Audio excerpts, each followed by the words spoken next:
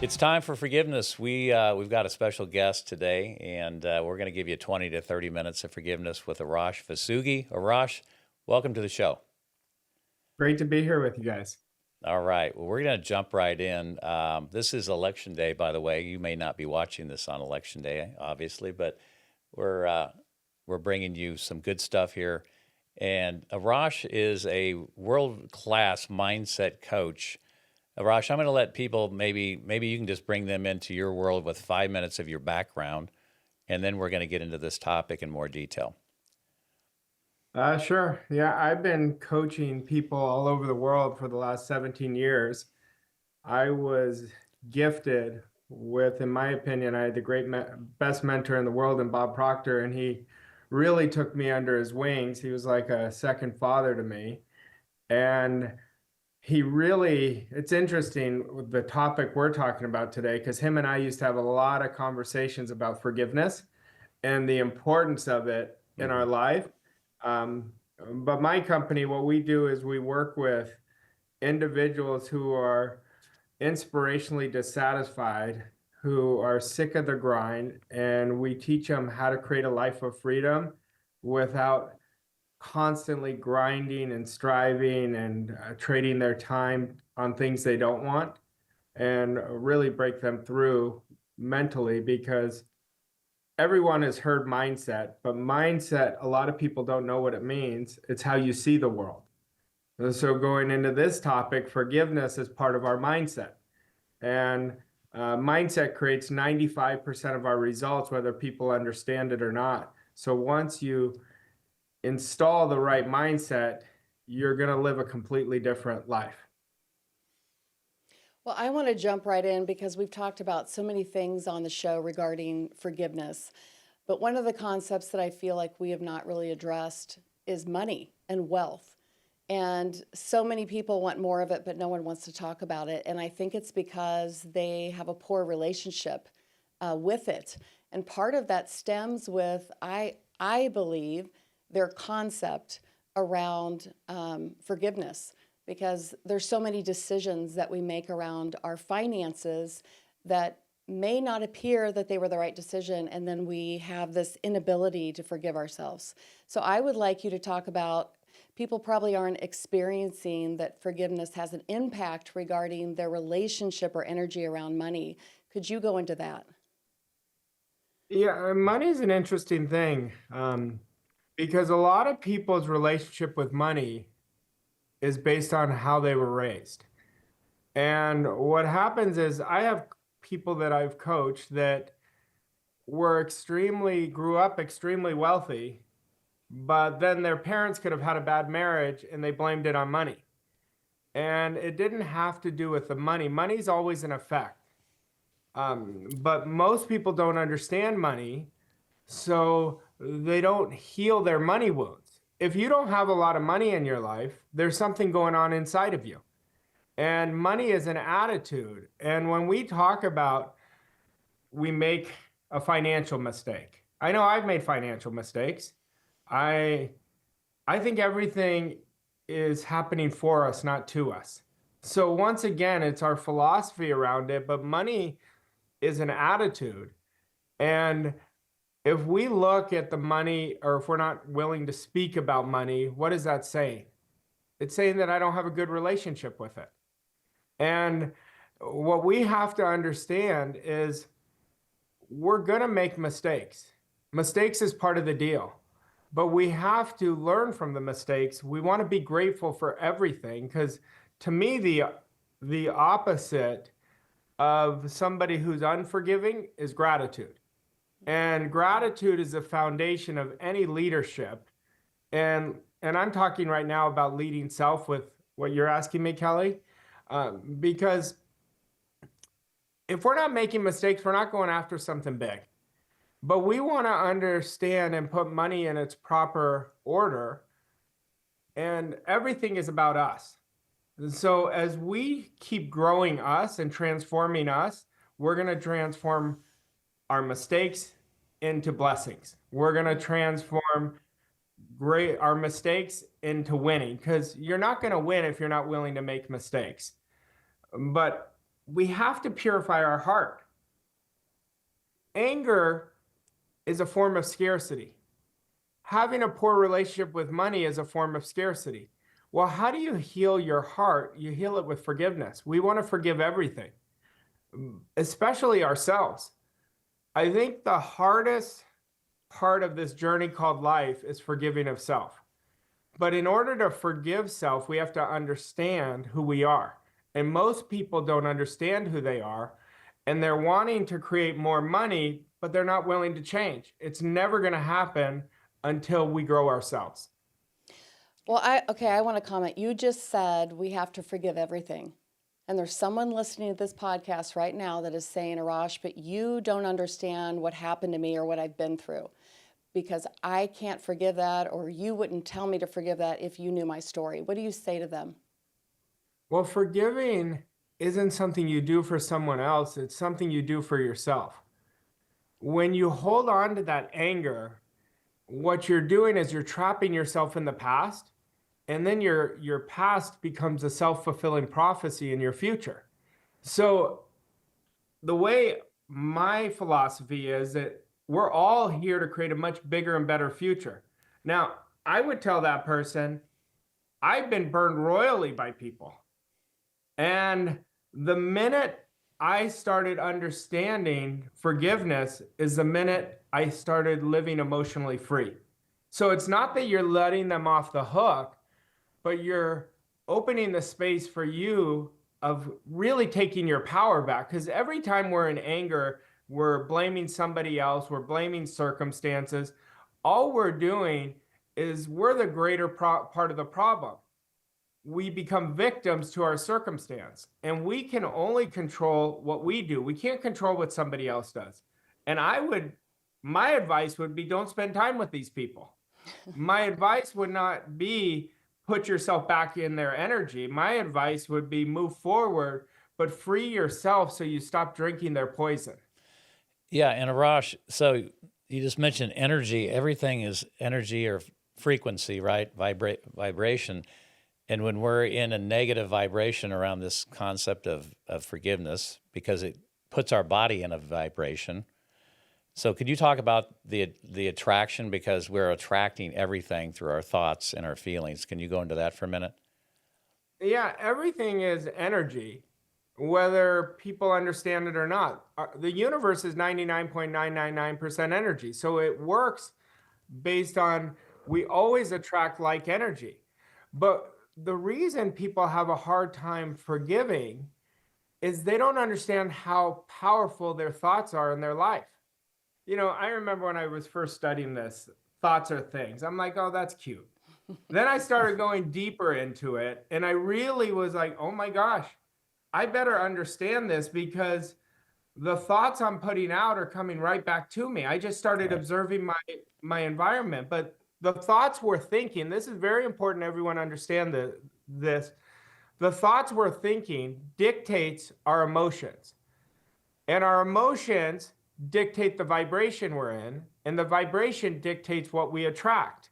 So the thoughts you're accepting, either consciously or unconsciously in your conscious mind, is impressing your subconscious mind with a feeling, and that feeling is what causes you to act or react. I choose not to react. That's, I think, the best attitude we can have, is being neutral.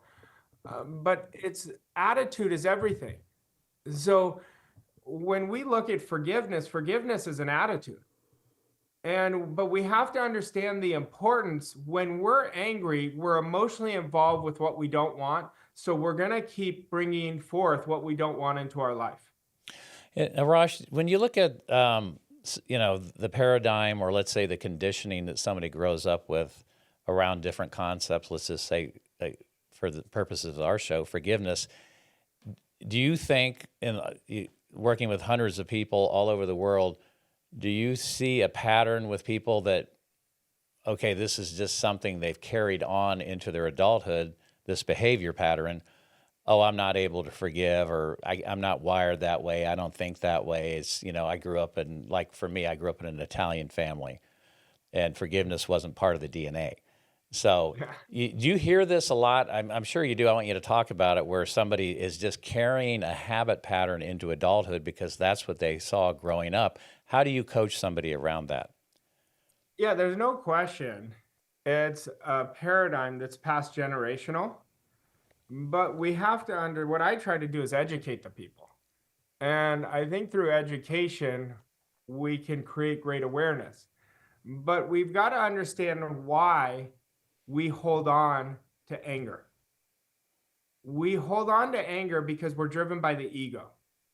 The ego wants us to compare to somebody else. It wants us to um, really constantly be in perfectionism. So when we understand it's coming from the ego is the weakest side of our personality. So once I start educating and I just ask a simple question, I said, "How is this serving you?" They go, "Well, it's not serving me."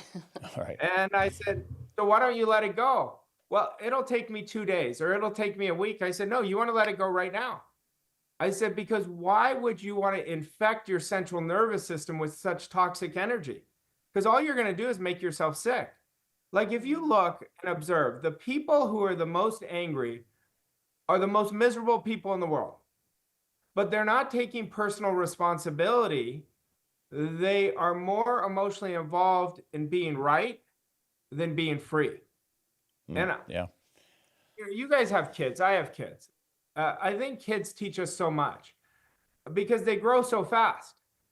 And so we don't know how long we have here.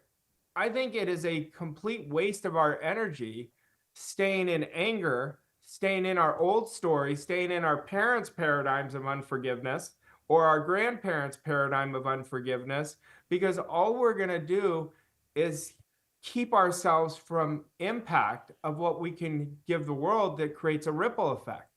What do you Like, what think, if I, Arash? Let me just interrupt you. What do you think people perceive they're getting out of it? Because even though they're engaged in a negative behavior pattern, at some level they believe they're benefiting, like they're getting something out of holding that grudge or not being willing to forgive. In their mind, what do you think how do you think they're benefiting from that? it's just an obsession. They're used to doing it. So it's an obsession of thought and they're being right. See, that person wronged me, but they Hmm. don't know how much they're wronging themselves. See, forgiveness, I said it earlier, isn't about somebody else, it's about us. And when we understand what it's doing to us, we will let it go so freely. But this takes forgiveness is not an easy thing, especially when you've Right. been wrong. And I don't want to pretend that it is. It's not easy, but it's essential to living a life on your terms. I call it living, we're either living a life of bondage or living an infinite life. The infinite life is when we're playing life on our terms. Yeah, I like that. And we're not going to be on our terms if I'm always angry at Bob or I'm always angry at Kelly. Kelly and Bob are never my problem. I'm my problem and I'm my solution. So forgiveness comes with understanding. And when you understand, you're going to free yourself up to live the infinite game where you play it on your terms. Okay, so earlier you said thoughts become things, and it's not just one thought, it's our most dominant thought. And it's not something we've just thought of one time. It's probably a habitual thought that comes in over and over and over, and we're not even paying attention to it. But earlier you said, when you forgive, you live emotionally free. And that sounds amazing. But people are probably thinking, I don't know how to do that. I don't know how to let go. So the next time that dominating habitual thought comes in that they don't want, what do you recommend they do with that? I recommend they scream in a pillow. I recommend they journal. I recommend they talk to a close friend or a family member they trust. Just get it out of your energy. I don't think anger is all bad. If there's a good in something, there's a bad. So if you're angry, you're being honest about your feelings. But the key is not to stay angry. Get it out of your central nervous system. Now, the interesting thing you said, which is accurate, you said we accept these ideas unconsciously a lot of times, and it's true. But we've got to get really good observing our energy. We know when our energy is depleted. We've accepted a false thought. And so if you just observe your energy, like I'm tired all the time, I'm moody, I'm not, I don't have much juice, I'm not inspired, then you know you accepted a wrong thought. So you've got to start observing yourself, because the ideas we accept, now I'm going technical with your audience, but it I just want you came in my to. I mind. want you to. Please do. The ideas we accept or reject, any idea we accept with our imagination. Our imagination gives it right inside of us to our subconscious mind. And whatever we give to our subconscious mind is going to be expressed in our physical reality. So we have to get really good at accepting the right ideas and rejecting any idea that is not in harmony with how we want to live. I don't believe anybody woke up this morning saying, I want to sabotage the hell out of myself today. I really want to screw myself. I don't think anyone did that. They're unaware because they're just not thinking. If I told you the number one sabotager, and I've done this for a long time, is just that people don't think. No, people are listening. They go, I think. No, you're reacting. That's not thinking. And so when we empower ourselves to take control over our life, anger is just not a part of me anymore. Mm-hmm. I have taken people who were the angriest that you'll ever meet. And once they wanted to change that, because you have to have a desire to change. Now they're the most forgiving people, and how much different if you looked at them, it's like two different people. That's why anytime we hold on to anger, we are infecting ourselves with so much negativity. We are limiting our potential of who we can be. And we're really blocking ourselves from so much good that is possible. Earlier in the conversation, you said, just don't put yourself around those people. Well, what if someone's listening saying, well, that is my environment. I can't change the people and I have to be around these people. Well, it What do could you be suggest? family members. Well, it I could mean, be, at work, right? Could be at work. like professionally. What would you That's a say good to question. them? It's an excellent question, because I've been around, like, God bless my mom. I had the greatest mom in the world. But I had to protect my energy around her, because the older she got, before she passed, she was very angry. And I would go there and I'd know the energy. I'd be like, oh, I gotta run. So I would spend less and less time when she was in that energy, because you can still be with these people, but you don't have to be in that energy when they are so angry. And so you have to protect your energy. I always say we have to be really good on protecting certain things of ourselves. We have to protect our energy, we have to protect our focus, and we have to protect our thinking. If we do that, we're going to free ourselves up. Arash, there's this theory that I read it in a book somewhere. I don't remember which book, but it said there's really at the heart of it all, there's only two emotions: fear and love. And when you look at bitterness, being angry at somebody, unwilling to forgive, resentment, all those things, at the end of the day, do you feel like that is just an expression of somebody is in a fearful state versus they're in a state of harmony or love? Yeah, well, if we can't forgive, we can't love. That's just a fact. So think about that. When we're angry, it's the opposite of love. So if we're constantly angry, we can't love. So it is a part of their identity, and it's years of hurt that they've never dealt with. So it's years of suppressed emotions that they've never dealt with. Mm-hmm. So, like, we have to make a rule for ourselves. This is one of my highest beliefs. And you may not agree, or somebody may not agree, but this has worked for me. You never suppress, you never hide. When we suppress or hide, we're protecting ourselves from who we want to become. So when we start making these real foundations as part of our identity, you're going to transform your life. Think about a time we've all been angry. We've all been angry, right? And what was good in it? Just being aware that we were angry, that I didn't want to be angry anymore. but nothing else came good from it. But when you forgive, it's so freeing. You're like, I am not letting them control me anymore. And you really transform the power back in your life where you're leading the bus instead of being being in the trunk of the bus. We've got to lead our own bus. And when we do, we live life on our own terms. That's why I think what you guys are doing is so empowering, because I've had to deal, like I lost my father when I was 15. And I remember I went years later, I'm in my mid 20s, and I didn't even realize I was still angry. And we did this one exercise, and I didn't trust. I didn't trust God. I didn't trust the universe. I didn't even realize I didn't trust. But those were suppressed emotions. And from that moment, I said, I forgive the whole situation. But it's so interesting when you're young, you don't know how it impacts you as you get older. But when you become aware of it, deal with it. And I promise you, you're going to create an amazing life. I like that. Yeah, it was really powerful.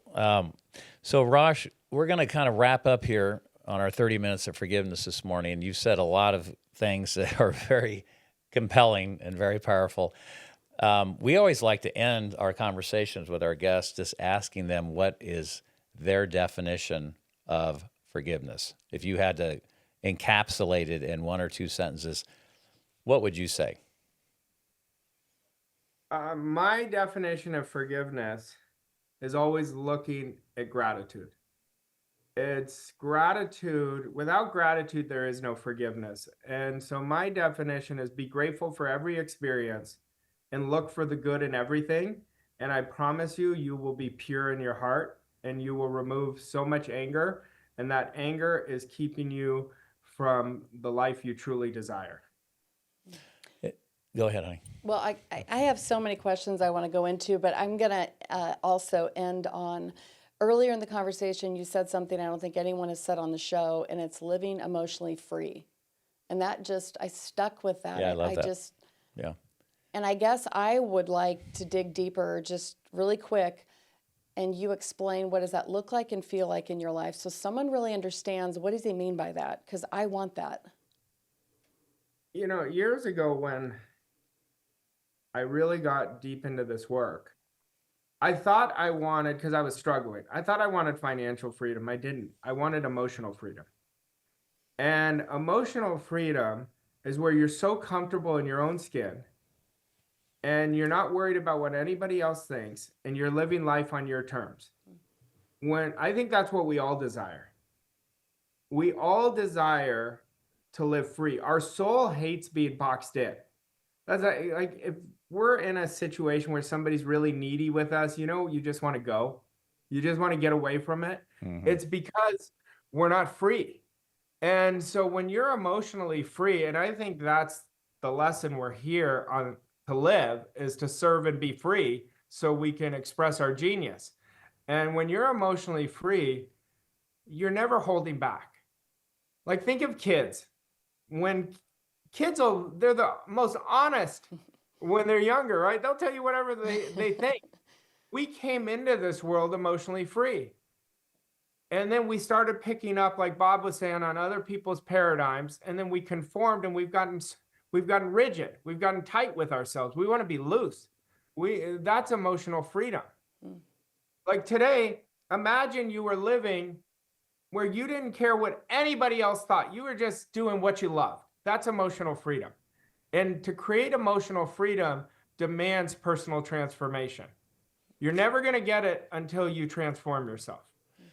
And Arash, when you say living life on your own terms, what does that look like? How would you explain that to somebody? To me, it's very simple. It's doing what you want, when you want, with whomever you want, as often as you want. And that's living on your terms. That's what we're here to do.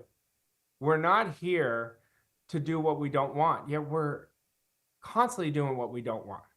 We're not going after our dreams. Why? Because we can't even accept it. And why is that, Arash? Why is it that we can't accept our dreams?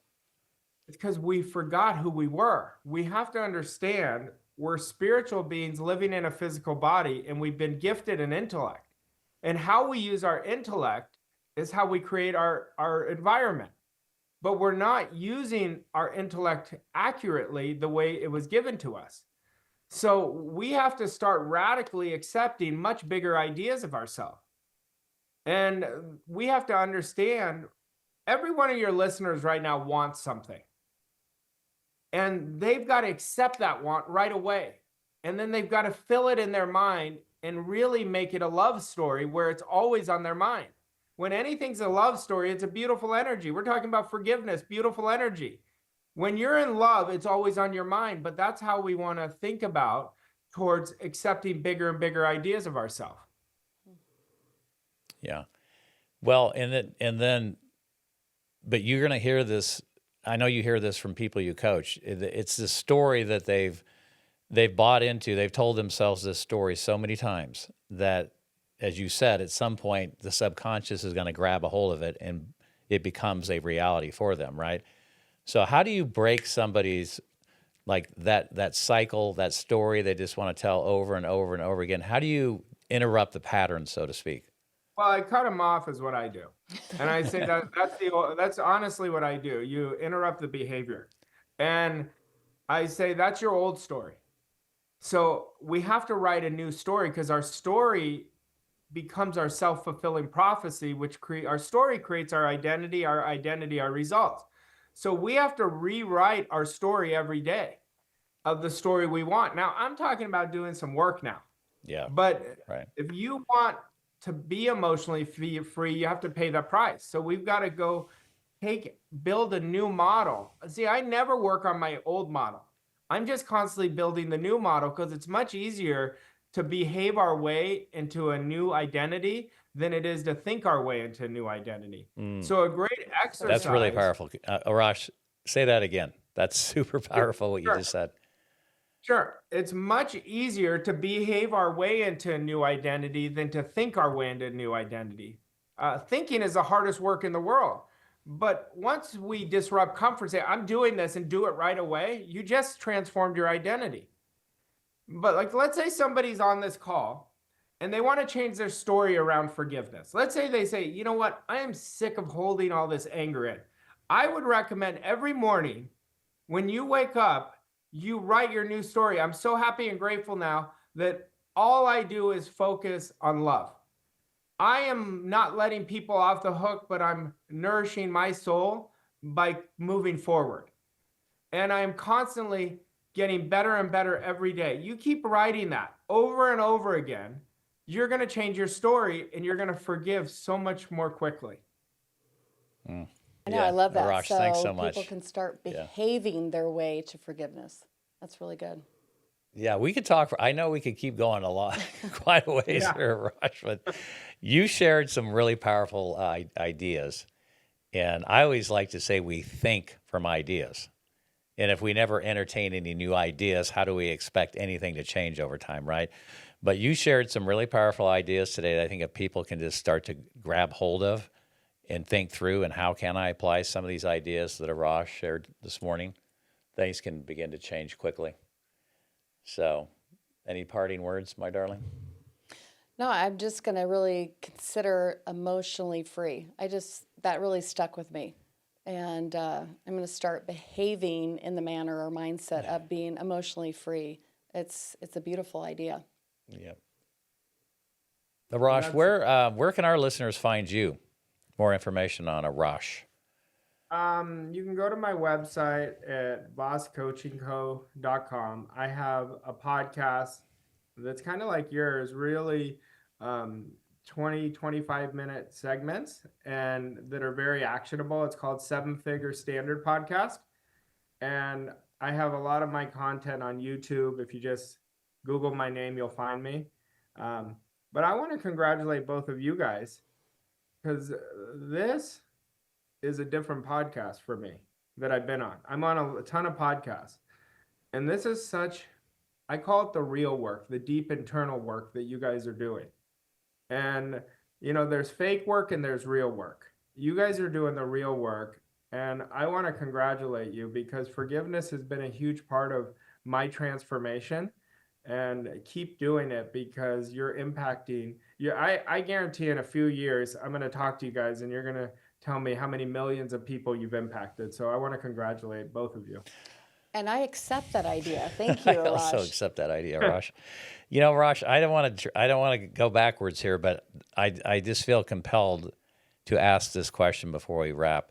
You mentioned needing there was a issue with your father, and he had passed away at an early age, and this idea of forgiveness there. Do you think, not think, but is your experience in working with people that this concept of forgiveness, is it predominantly around the parent sibling, or where is it? Is it the sibling thing? Is it the parent thing? But where do you see it most predominant, where people are holding on to unforgiveness? I think it depends on which season of our life. Like whatever that created an emotional impact, it could be peers. You were in school and somebody did something really nasty to you and you just went with it. And it could cause lack of trust and it could freeze somebody. So I think we all have emotional impacts. Like you guys have had emotional impacts. And if you look at what's the greatest emotional impact, that's where the forgiveness work really starts. Okay. So I don't think it's, it's different because we've all had them in different places. We Right. all have them at different times. But I will tell you, no matter how hard something has been, adversity is very temporary and it will pass. And you want to remind yourself this will pass. It's just how we think about things. Then we change the complete image in our mind of what it is. Mm-hmm. Yeah, this idea that we delete, distort, and generalize can take us down the wrong path really quickly. So I appreciate you sharing that. All right. Well, Arash, an amazing conversation. It's a great way to start the morning off here on Election Day. So thanks for sharing your insight, your energy, and your wealth, because that's really what you have, a wealth of ideas. And every time we interact with you, I just feel better. So Thank you. Thanks so much. Anything you want to end with, honey? No, I have much gratitude for you. Thank you, Arash. All right. You're Well, welcome. we'll see you next time on Time for Forgiveness. Share and like these episodes, and pass them on if you're benefiting like we did this morning. We'll see you next time on Time for Forgiveness.